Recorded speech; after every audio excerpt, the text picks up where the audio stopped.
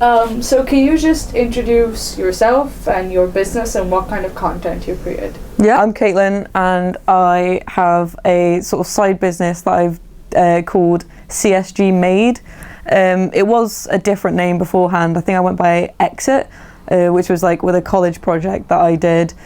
But I decided to change it because I like doing a lot of different things. I didn't like the idea of hiding behind a brand. And I also think that CSG Made is like almost like a tagline for me, and I can do a lot of different making underneath it. My name is Charlotte Fye, and my business name is Loafers, which is also a nickname of mine, Loaf or Loafers. The kind of stuff I create is psychedelic, like mushrooms and like landscapes and stuff, space, a lot of cactus, like loads, like basically just based around nature, but through like a psychedelic lens kind of thing. So I'm Tessa, and over lockdown I started running an art business where I would sell commissions and some original work of paintings that I've done and things I created for people. When did you start your business and when did you start selling your content?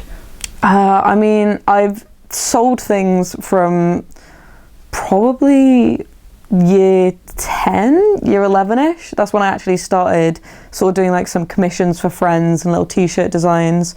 I didn't quite start making sort of products until about college, and then it was for that project I had made t-shirts, hoodies, hats, that sort of thing. And then from there I sort of realised how much I love doing it, and then consequentially each year I've made a different product. So I went from t-shirts and jumpers to this whole concept hoodie, and then I've moved on to my colouring book, which is sort of where I am at now. So I'd say my business officially started in 2020 because that's when I started my Etsy shop in January 2020, and I also held an exhibition in Tiny Rebel Cardiff in that month. That kind of like kick-started my business and started getting people to know like loafers and stuff like that.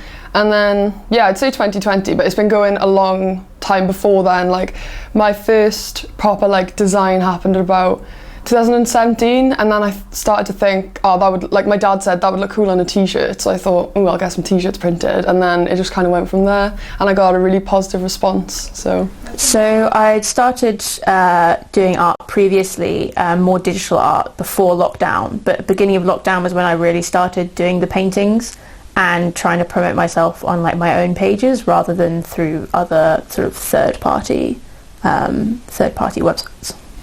So now that we've been in lockdown for almost a year and a half now, almost 2 years, where is it that you have been creating your content for the past 2 years? Like, where is your space now? So I built myself a little workshop back home in my shed, and I was doing sort of little air dry clay commissions out of there. Over the sort of first lockdown, I'd made like a kitchen utensil pot, I'd made a pencil pot with it, and I'd also done some like little like boob ashtrays, just sort of for fun. And then when I came back to Cardiff, I spent the time to build myself a really nice big desk to be able to work from. But and ever since I've got a girlfriend now, I've basically moved in with her, so I've been set up in her little desk, and I've got a little space outside that I've been started doing woodwork on and stuff. So it's a bit around the place, but I make do. So here in my bedroom, at my dinner table, at my like I don't have a desk, at my living room table, anywhere kind of that I'm feeling like feels good to work in. Sometimes I don't like working at the desk, sometimes I don't like working in my bedroom, so it's kind of just a mix of everything. But we're hoping to build a studio at the top of my garden, because like at the moment it's tidy in here, but usually there's like stock everywhere, so I want to move out of the house so I have my own little studio in my garden to work from. That would be amazing.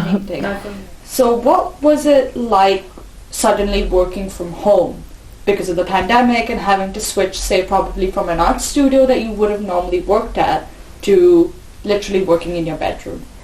So I've pretty much always done my art from my own space, and particularly before the pandemic I'd sort of fallen out of the habit of painting and doing any type of commissions really. So I suddenly, as soon as I was able to, I just made this space into my little studio, and that's just where I've been painting ever since. Could you highlight a couple of positives and negatives about working from home? I love working from home because it's comfy. I don't have to leave the house. Like, I can have my music blasting. Like, I can work at my own pace. I don't have to get up for anyone. I can wake up on my own accord. Having said that, sometimes if I have weeks on end at home, I find it really hard to get motivated because there's no contrast. So I'm back to work now. I only work 12 hours a week, but like when I'm out of the house, it really makes me look forward to coming back to the house, and I feel very productive then when I get home. So I think I love working from home, but I need days where I'm out of the house for the full day so that I can appreciate the full effect of being at home, definitely. What was the process like for you for turning your literal bedroom into your workspace for like months and just living like that? How was that process for you? Did you enjoy it? Did you find it tedious? Was it like weird waking up suddenly and just being like, oh, this is exactly where I work?